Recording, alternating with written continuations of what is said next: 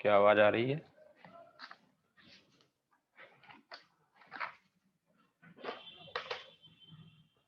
Hello, बताएंगे रिया? सुन पा रहे हो?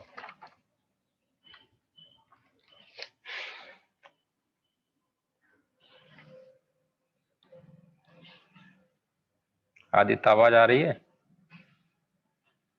Yes sir. ठीक है। तो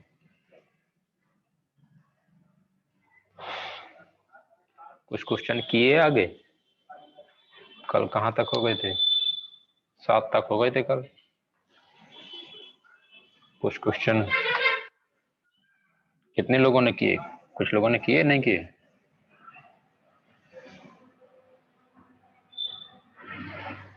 सैजल मिश्रा,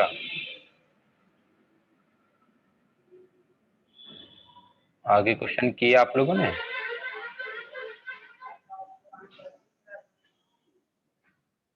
कोई बोल ही नहीं रहा। राशि यादव,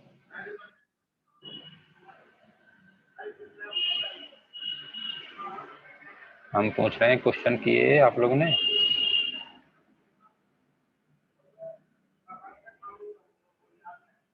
आदित्य, आपने किए क्वेश्चन? सर 9वां 10वां किया है। अच्छा, बस 2 ही आ गए आंसर? 11वां भी किया।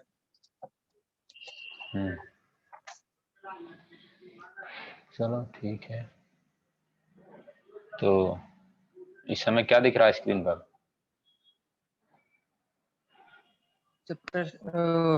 प्रायिकता दिख रही है। तो आगे बताते हैं, ठीक है। आज हम क्वेश्चन ही करेंगे क्योंकि थ्योरी जितनी थी, अभ्यास प्रश्न 24.2 को करने के लिए वो सब की सब आप लोगों को बता दी गई है, ठीक है। और उसको आपको रिवाइज करना है, नोट बनाना है और डेली देखना है, तब आपको वो अच्छे से समझ में आएगा, भेजे में बैठेगा, ठीक है। तो हम आगे सवाल करते हैं और चलते हैं आगे।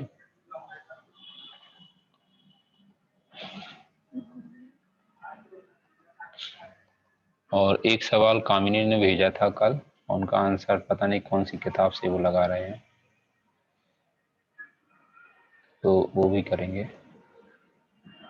और 8वां क्वेश्चन करना है हमें। भले ही किसी को बन गया है, अच्छी बात है, और अभी हम करेंगे तो उसको आप देखना है, सुनना है। जिसको बन गया है अच्छी बात है, और हो सकता है कोई दूसरा मेथड हो तो आपको नोट कर लेना है बाद में, ठीक है। तो 8वां सवाल हम निकालते हैं।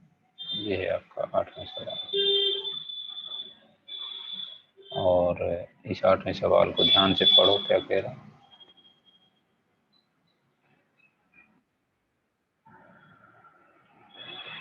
दिख रहा है आपको सवाल?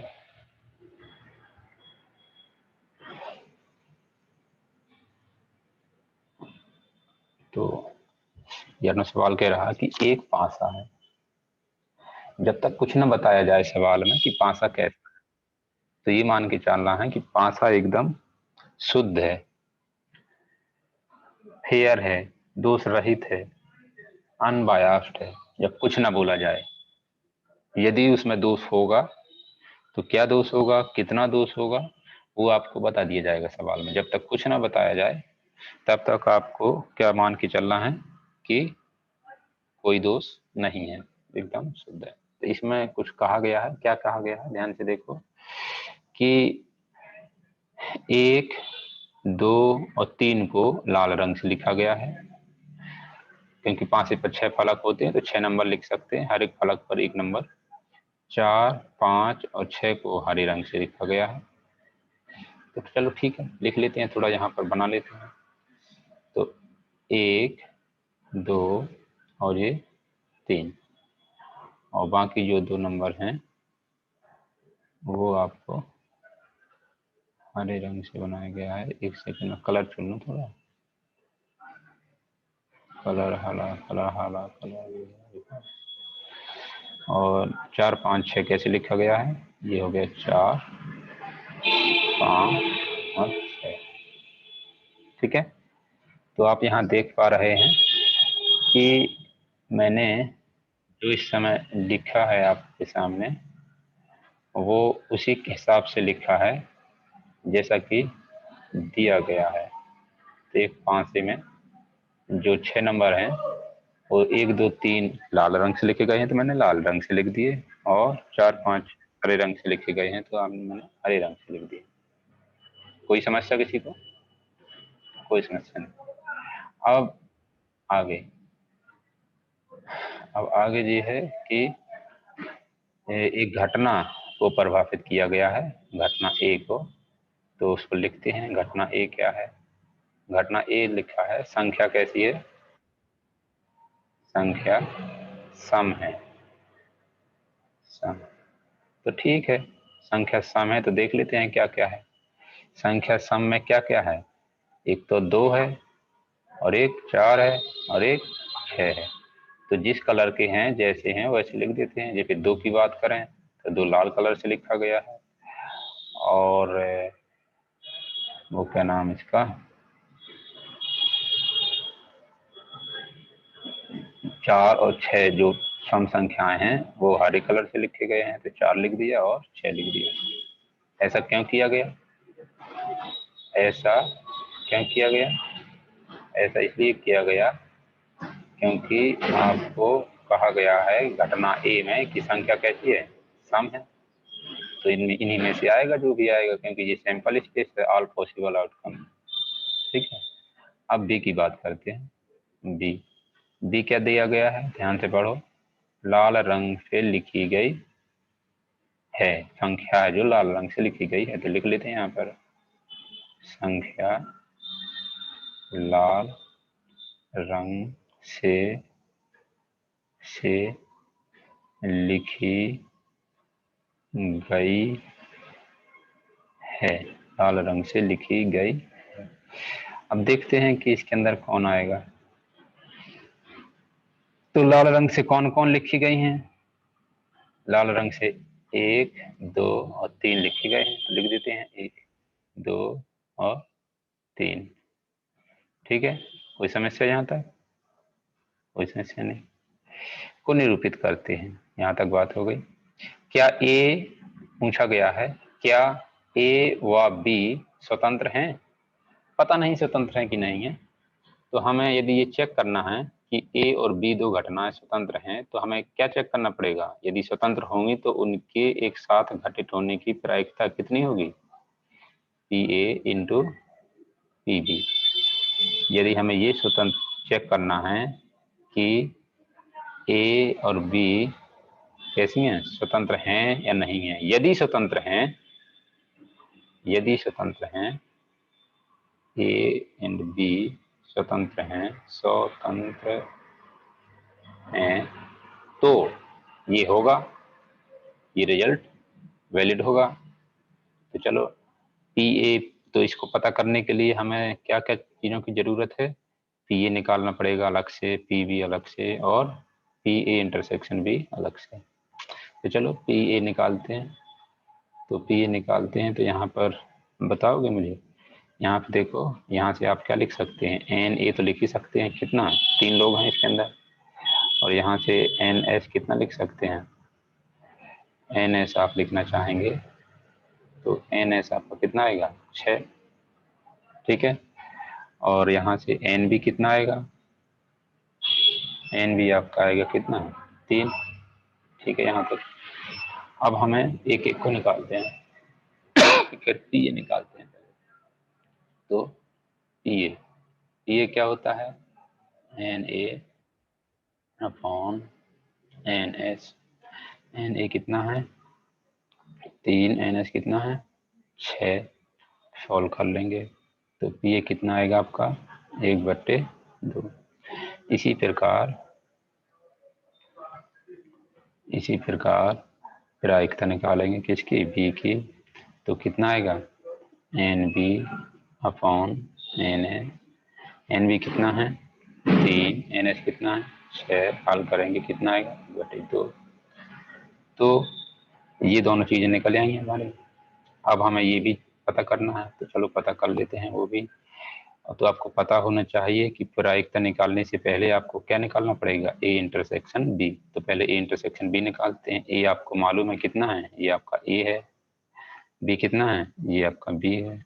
ठीक है, तो ए इंटरसेक्शन बी निकाल लेते हैं। A intersection B, A intersection B कितना आएगा, ध्यान से देखो दोनों समुच्चय को, कुछ कॉमन है, कुछ कॉमन दिखाई दे रहा है, दो अकेला कॉमन है, तो ये 2 आपका इधर आ जाएगा, और वो भी लाल कलर से भी है और सम संख्या भी है। तो ए इंटरसेक्शन बी का यदि इंटरप्रिटेशन लिखा जाए तो क्या लिखेंगे, संख्या सम है और लाल रंग से लिखी गई है, संख्या सम है और लाल रंग से लिखी गई है लिखना, तो है लिख दो, ठीक है। यहाँ तक आपको क्लियर हो गया होगा।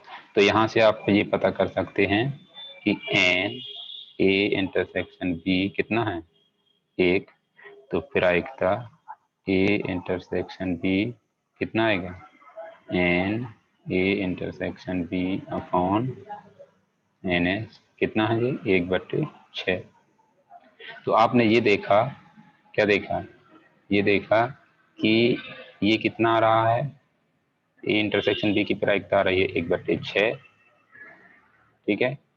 और ए की प्रायिकता कितनी आ रही है, ए की प्रायिकता आ रही है 1/2 इंटू बी की कितनी आ रही है, बी की आ रही है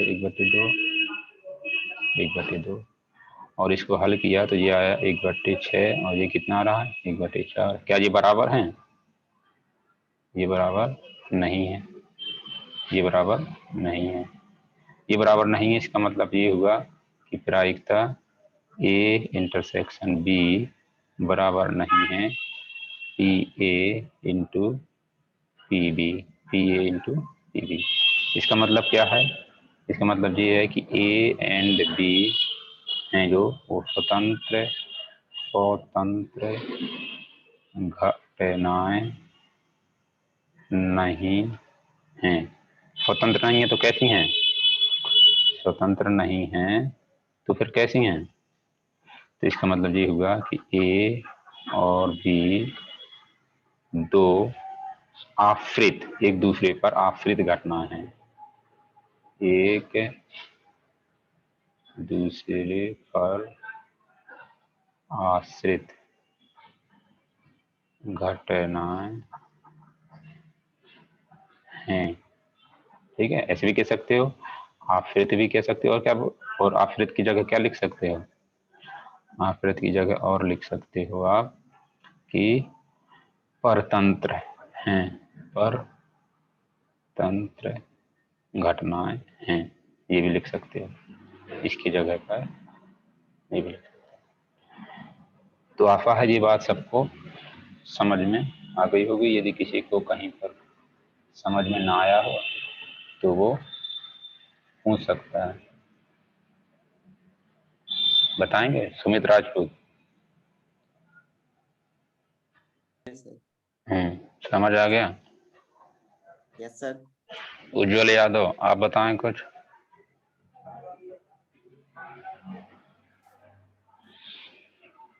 आजाद, सृजल मिश्रा आपको आया समझ में।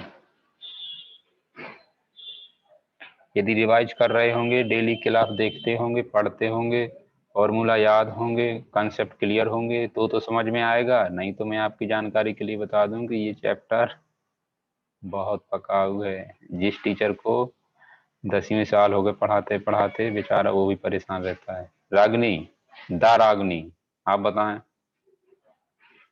आ गया सर। आपके नाम के आगे दा लगा है। चलिए ठीक है, अब आगे। तो अगला क्वेश्चन हम उठाते हैं, कहाँ है ये, यहाँ पे। तो अब हम करने जा रहे हैं क्वेश्चन नंबर 9। जिसको भी कहीं भी कोई भी चीज समझ में ना आए, माइक ऑन करके पूछ लेना है। टाइप मैसेज भी कर सकते हो, टाइप भी कर सकते हो, वॉइस बोल सकते हो, वीडियो खोल सकते हो, जैसा भी हो, लेकिन अननेसेसरी सवाल जवाब नहीं करने हैं। जो जरूरी हैं, जो काम के हैं वही, क्योंकि ये वीडियो रिकॉर्ड होता है और कई लोग देखते भी हैं। तो ठीक है, सवाल नंबर 9। सवाल नंबर 9 पढ़िए, क्या है सवाल नंबर 9। ये है सवाल नंबर 9। कोई दिक्कत नहीं है किसी को, यदि ये बन गए हैं तो उसको ये सीखना है कि आखिर लिखना कैसे है।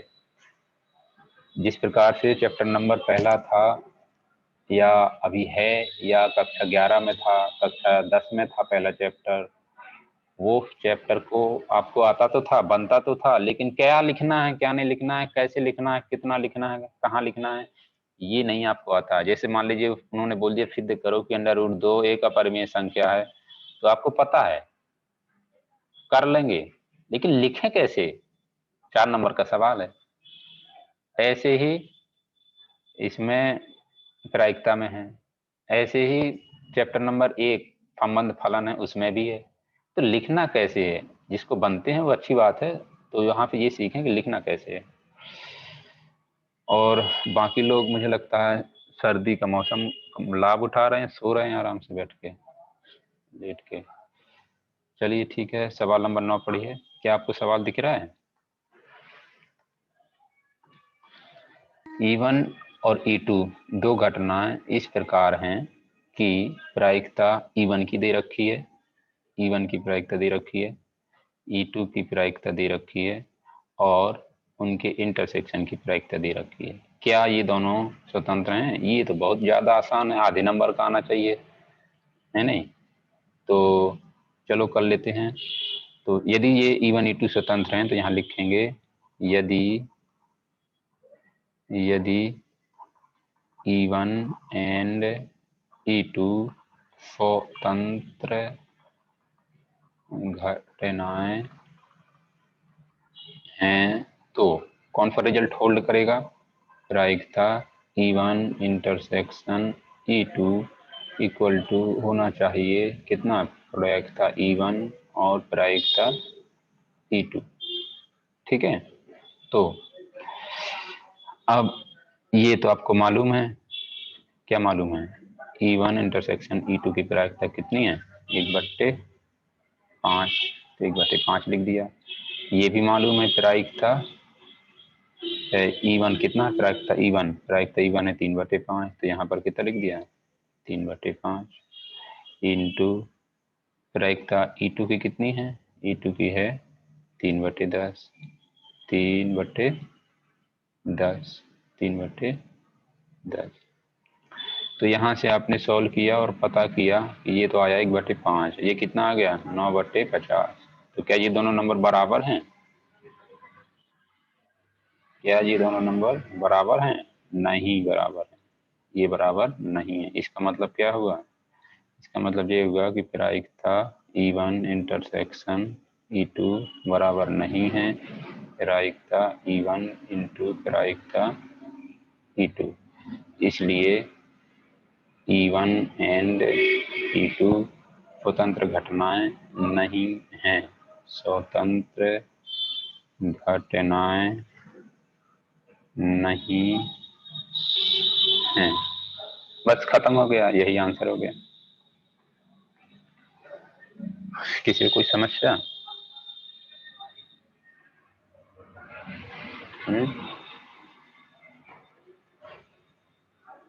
बहुत लोग अभी लेट आ रहे हैं। लिनोवो टैब M1 कौन है जी? इतनी देर में आए हो, 20 मिनट बाद। बताएंगे नाम अपना?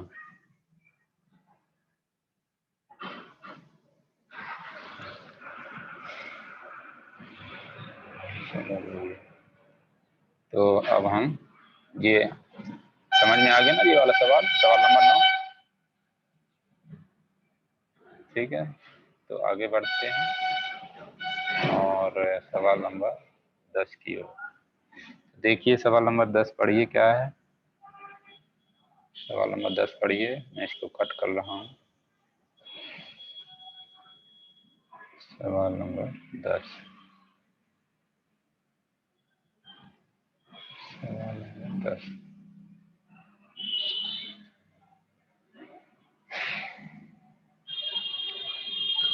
ये है आपका सवाल नंबर 10।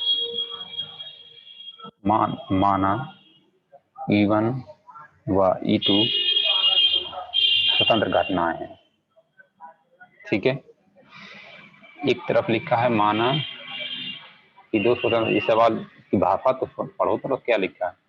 एक तरफ लिखा है माना E1 E2 स्वतंत्र घटना है तथा E1 की प्रायिकता दे रखी है, E2 की दे रखी है, E1 नहीं E2 नहीं की दे रखी है। तो जांच कीजिए कि क्या E1 E2 स्वतंत्र हैं, क्या E1 E2 स्वतंत्र हैं, बताओ। इस सवाल को पढ़ के दिमाग चक्कर नहीं खा रहा भाषा। एक तरफ लिखा है माना, दूसरी तरफ कह रहा है चेक करो। रिडंडेंट जानकारी दी गई है, यहाँ पर अननेसेसरी शब्दों का उपयोग किया गया है, तो ये नहीं लिखा होना चाहिए यहाँ पर।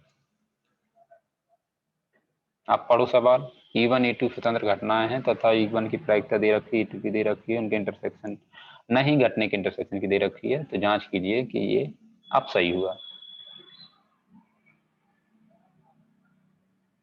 ठीक है,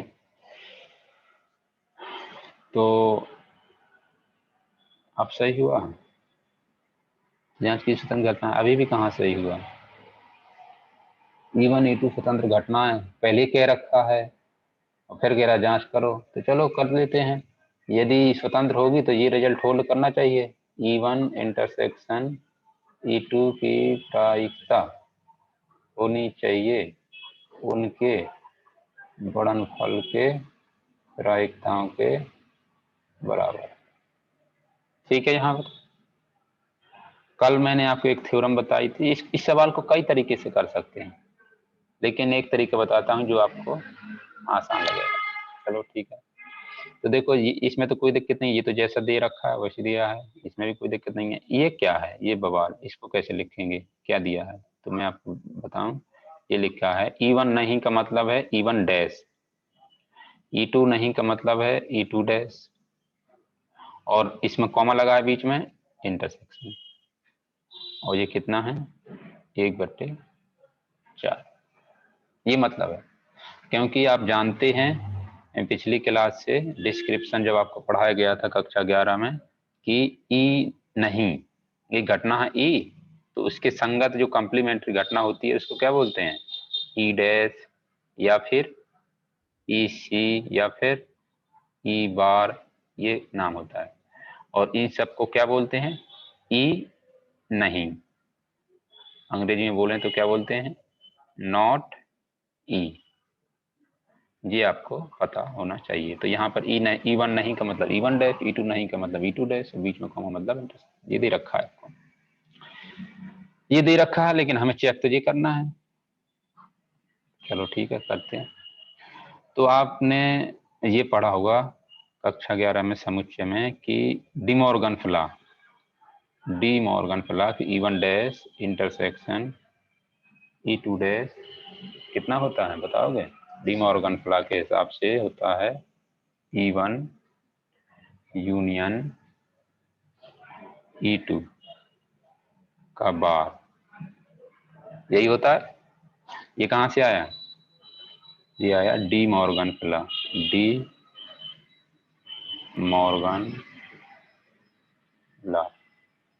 नियम, है नहीं।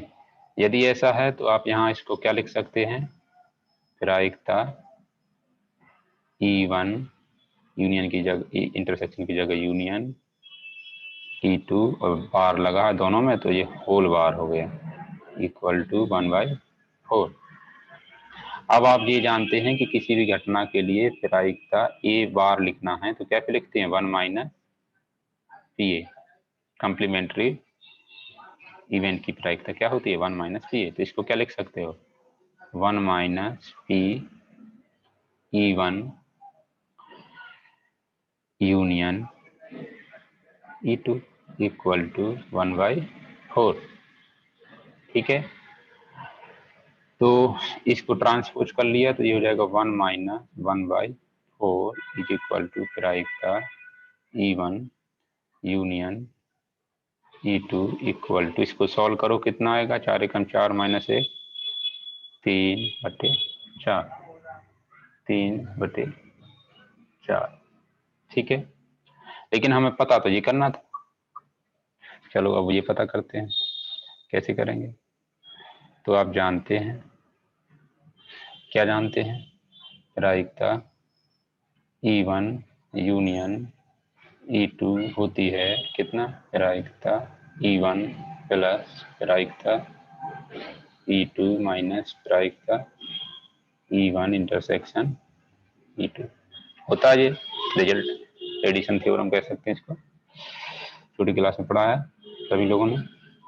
ठीक है, तो इसमें क्या क्या पता चल चुका है, देखो यूनियन दे रखा है, इसकी जगह पर रख देंगे, यूनियन की जगह कितना रख देंगे 3/4 इक्वल टू E1 की प्रायिकता आपको दे रखी है, ये है कितनी है 1/2 प्लस E2 की प्रायिकता भी दे रखी है, कितनी है 7/12 माइनस ये नहीं पता है, यही तो पता करना है नहीं। तो इसको जैसा लिखा है वैसे ही लिख दिया, तो कितना हो जाएगा फाइनली आगे पीछे ट्रांसपोज करने पर E1 intersection E2 equal to 1/2 वहाँ था जैसा था वैसे ही है 7/12 माइनस 3/4।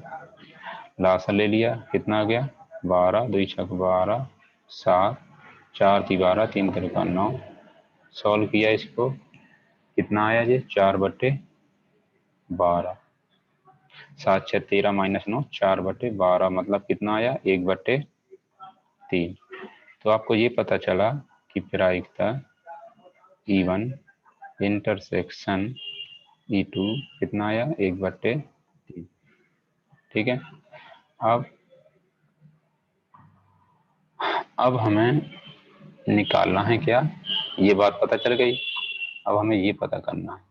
चलो पता करते हैं, प्रायिकता E1 इंटू प्रायिकता E2 इक्वल टू, प्रायिकता E1 कितनी है, E1 है 1/2 इंटू E2 कितनी है 7/12। सॉल्व करोगे कितना आएगा 7/24। तो आपने ये देखा, क्या देखा कि ये बराबर नहीं है किसके 1/3 के। मतलब कहने का ये है कि प्रायिकता E1 इंटरसेक्शन E2 है जो वो बराबर नहीं है प्रायिकता E1 इंटू प्रायिकता E2। इसका मतलब क्या हुआ, इसका मतलब क्या हुआ कि ये दोनों घटनाएं, अरे इसका मतलब ये हुआ कि E1 एंड E2 स्वतंत्र घटनाएं नहीं हैं। ठीक है, किसी कोई समस्या, कोई डाउट पूछ सकते हो, किसी को कोई समस्या कोई डाउट पूछ सकते हो। प्रिंस राजपूत, तुम इतने लेट आए अभी तक,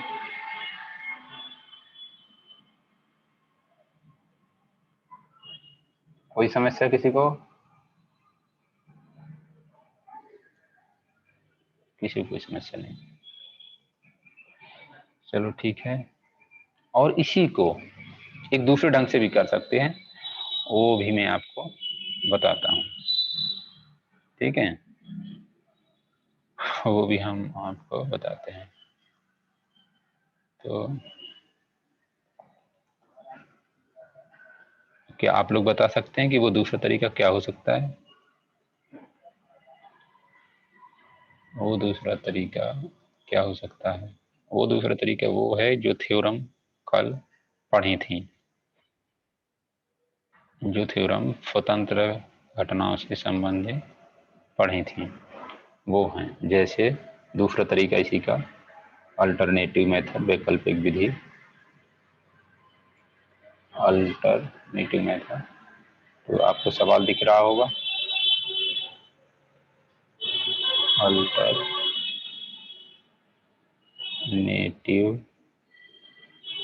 मेथड। हाँ रिया बताएं, आप हैंड रेज किए हुए हैं, बताएं क्या प्रॉब्लम है। और इसी का दूसरा नाम वैकल्पिक वैकल्पिक विधि। तो देखो आपको क्या दिया है, पहले लिख लेते हैं। दिया क्या है, दिया क्या क्या है। प्रायिकता E1 इक्वल टू 1/2, प्रायिकता E2 इक्वल टू 7/12 एंड प्रायिकता। इसका मतलब क्या है, इसका मतलब है E1 नहीं, मतलब E1 dash intersection E2 dash equal to कितना है 1/4। तो ठीक है, तो कल हमने जो पढ़ा था, कल वो क्या पढ़ा था कि यदि दो घटनाएं E1 E2 स्वतंत्र हैं, तो यदि दो घटनाएं E1 और E2 कैसी हैं, इंडिपेंडेंट हैं, इंडिपेंडेंट मतलब स्वतंत्र हैं, तो E1 comma E2 dash, E1 dash comma E2, E1 dash comma E2 dash भी कैसी होती हैं, ये सब की सब आपस में पेयर वाइज कैसी होती हैं, इंडिपेंडेंट। यही तो पढ़ा था कल, प्रूफ भी किया था। तो यहाँ पर चूंकि इंटरसेक्शन ऑलरेडी दे रखा है, तो यदि हम ये, यदि एस यहाँ ये जो स्टेटमेंट लिखा है ना, ये दोनों तरीके से ट्रू है। यदि ऐसा है, यदि ऐसा है तो फॉरवर्ड मतलब ये बात सही है, और यदि इनमें से कोई भी एक बात दी गई है, 1 2 3 में से कोई भी बात, तो ये बात सही है। दोनों बैकवर्ड फॉरवर्ड दोनों तरीके से ये स्टेटमेंट ट्रू होता है। ये आपको कल बताया गया था, प्रूफ करवाया गया था। तो यहाँ पर हमें चेक तो करना है किसको, E1 E2 को। तो E1 E2 को ना करके हमें यहाँ पर जानकारी दी गई है किसकी, E1 डैश और E2 डैश की इंटरसेक्शन की। तो हम इसकी मदद से इसको चेक करेंगे, कैसे देखते हैं। तो हमें ये E1 डैश की प्रायिकता निकालते हैं पहले। P E1 डैश कितना हो जाएगा, 1 minus P E1, 1 minus P E1 कितना दे रखा है, 1/2, कितना आएगा 1/2 एंड प्रायिकता E2 डैश भी निकालेंगे, कितना आएगा 1 minus P E2 equal to 1 minus P E2 कितना है 7/12, 12 एकम 12 माइनस 7 5, 5 12/12 ये हो गया। अब हम ये देखते हैं कि यदि E1 डैश और E2 डैश स्वतंत्र हैं, देखते हैं यदि E1 dash and E2 dash स्वतंत्र हैं, तो ये रिजल्ट होल्ड करना चाहिए। कौन सा, E1 dash intersection E2 dash equal to प्रायिकता E1 dash into E2 dash. तो ये तो आपको पता है कितना है 1/4, ये पता करना है। E1 डैश पता कर लिया है कितना है 1/2, E2 डैश कितना है 5/12, गुणा किया तो पता चला कि ये आ रहा 1/4, ये आ रहा 5/24, मतलब बराबर नहीं है, बराबर नहीं है, बराबर नहीं है। मतलब कि प्रायिकता E1 dash intersection E2 dash बराबर नहीं है प्रायिकता E1 डैश इंटू प्रायिकता E2 डैश। इसका मतलब क्या हुआ कि E1 dash and E2 dash स्वतंत्र नहीं है, स्वतंत्र नहीं है। इसका मतलब क्या हुआ? इसका मतलब ये हुआ कि ये बात स्वतंत्र नहीं है का मतलब क्या है कि E1 E2 भी स्वतंत्र नहीं है, E1 एंड E2 भी स्वतंत्र नहीं है। बस खत्म हो गया, ये तो चेक करना था। तो ये बात भी कुछ लोगों को ज्यादा आसान लगी होगी, कुछ लोगों सब बात के लोग होते हैं, किसी को कुछ आसान लगता है, किसी को कोई। अब आप लोग आगे क्वेश्चन करेंगे और कॉपी दिखाएं सब लोग अपनी अपनी। वीडियो ऑन करो जल्दी से। और आज हम, क्योंकि सवाल ही सवाल हैं तो सवाल आपको ज्यादा से ज्यादा करने हैं। जल्दी से ऑन करिए सबके सब वीडियो। फैजल राजपूत आप इतना लेट क्यों हो गए आज?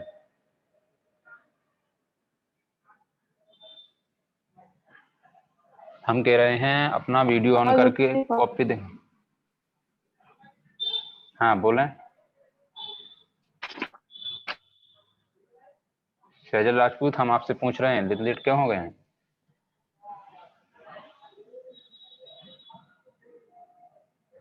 आराधना कॉपी बनी है आपकी? सुमित तुम्हारी कॉपी में कुछ लिखा भी है? आदित्य आपके यहाँ तो अंधेरा दिख रहा है, उजाला करो अपनी कॉपी पर।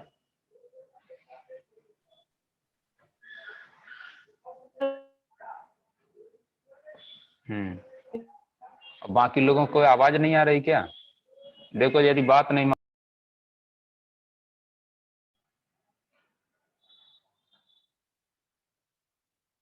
हम ये कह रहे हैं कि बाकी लोगों के पास आवाज नहीं आ रही क्या?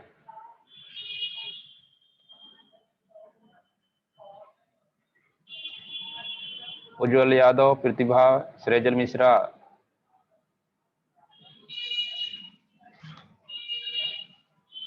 चलिए देखो तो कहाँ क्या दिखा रहे हैं ये लोग।